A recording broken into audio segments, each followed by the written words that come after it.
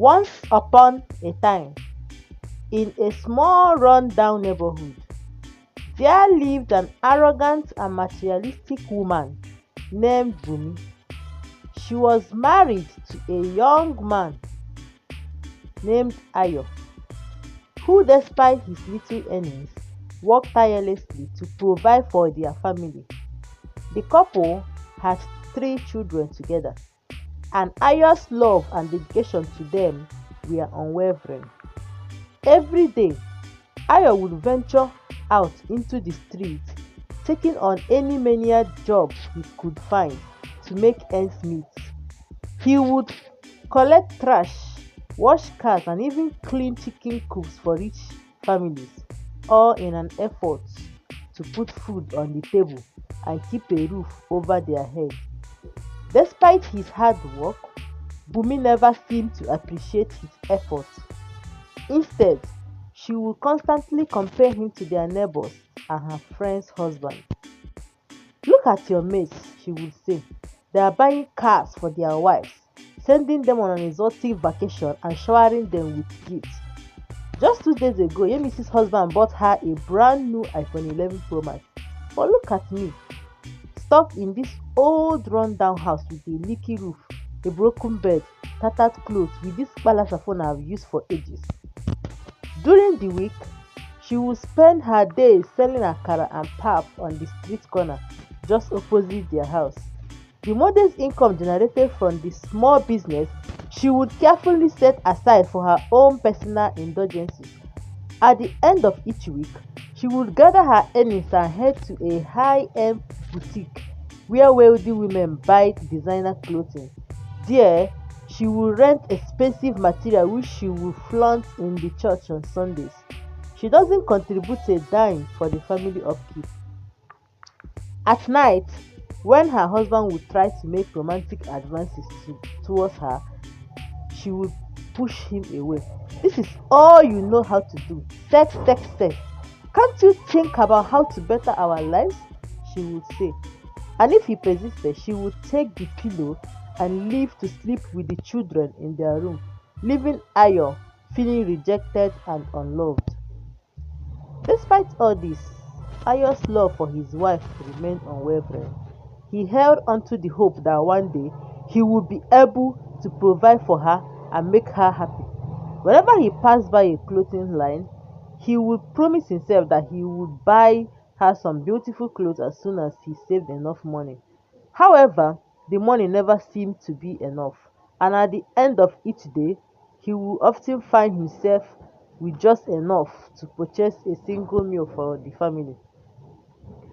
One morning, Ayo left the house as usual, searching for a job that would provide him with a daily wage. As he approached the main road, he was met with an unusual sight. A small vehicle has collided with a moving truck and was now stuck underneath it. A group of street vendors had already gathered at the scene, trying to rescue the passengers trapped inside the small car. Concerned, Ayo joined the group and dived under the truck to assess the situation. He managed to open the passenger side door and found a lady lying motionless inside. Her face was disfigured and blood was everywhere, but Ayo's attention was caught by something else. Something was glittering by the side of her ears. On closer examination, he discovered that it was an earring, a pair of gold earrings. As he looked around, he realized that no one was paying attention to him. In a split second, he made a decision that would change his life forever. He quickly removed the blood-stained earring from the victim's ear, tucked them between his fingers, and then struggled to extract the seemingly dead lady from the car. By then, the Federal Road Agency squad has arrived, and Ayo and the rest of the rescue team helped them load the victims into their ambulance and drive away. After that, Ayo quickly hurried away from the scene. He walked into a nearby house where an elderly couple was sitting outside enjoying their breakfast. He approached the couple and begged them for some water to wash his hands, still stained with the victim's blood. The elderly woman handed him a bucket and he quickly washed off the blood from his hand and the ring, drying them with a towel. After that, he threw the ring into his wallet, thanked the couple, and hurried out of the house. He made his way to meet Wale, one of his childhood friends who dealt in jewelries. As soon as Wale saw the gold earring, he let out a loud scream. "This is pure gold! Where did you get it from?" he exclaimed. "Someone gave it to me," Ayo lied. Wale's eyes widened in amazement. "This is worth over 2 million naira," he said, still examining the item. Ayo's jaw dropped at the mention of millions.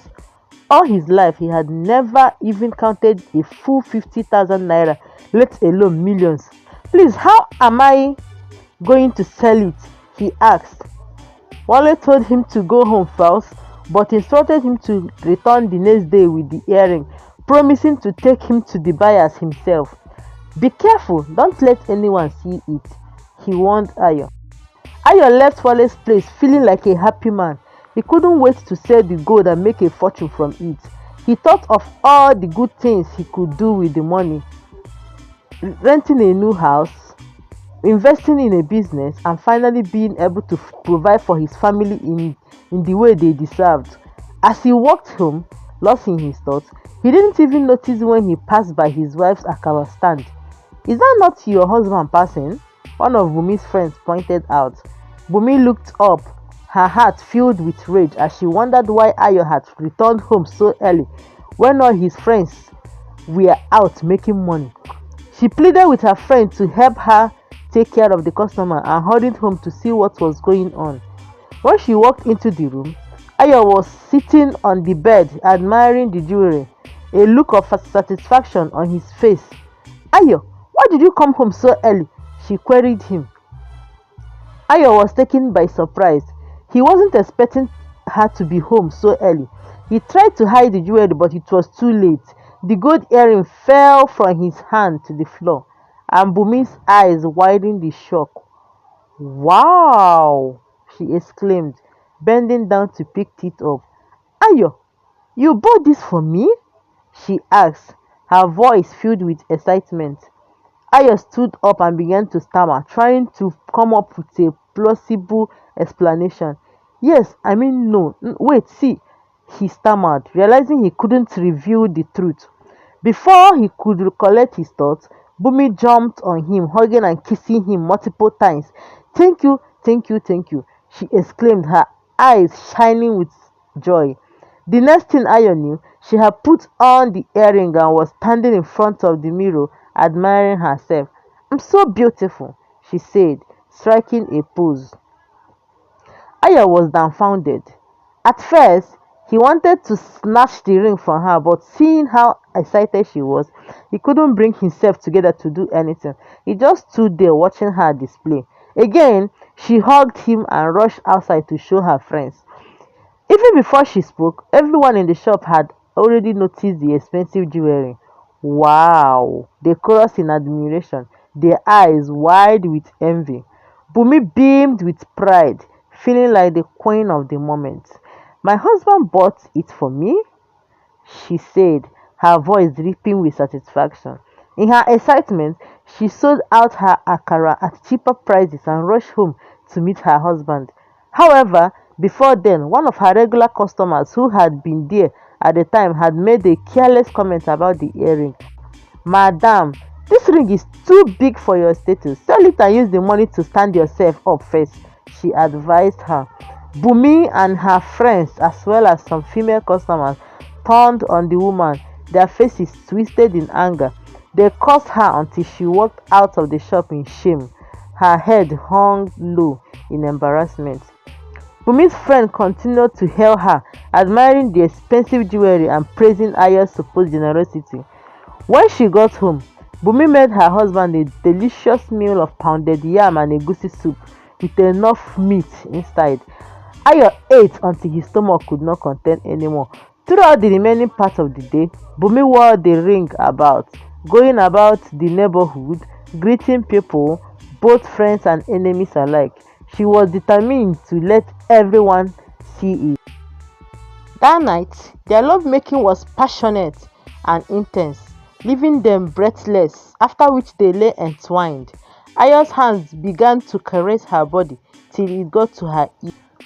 "Are you going to wear the ring to sleep?" he asked, pressing the earrings. Bumi nodded, snuggling closer to him. "I want even the spirits to know that I have arrived," she said. Ayo smiled. But as Bumi closed her eyes to sleep, she began to feel a creeping sense of unease. Inaudible whispers seemed to caress her ears, sending shivers down her spine. She opened her eyes and the whispers ceased.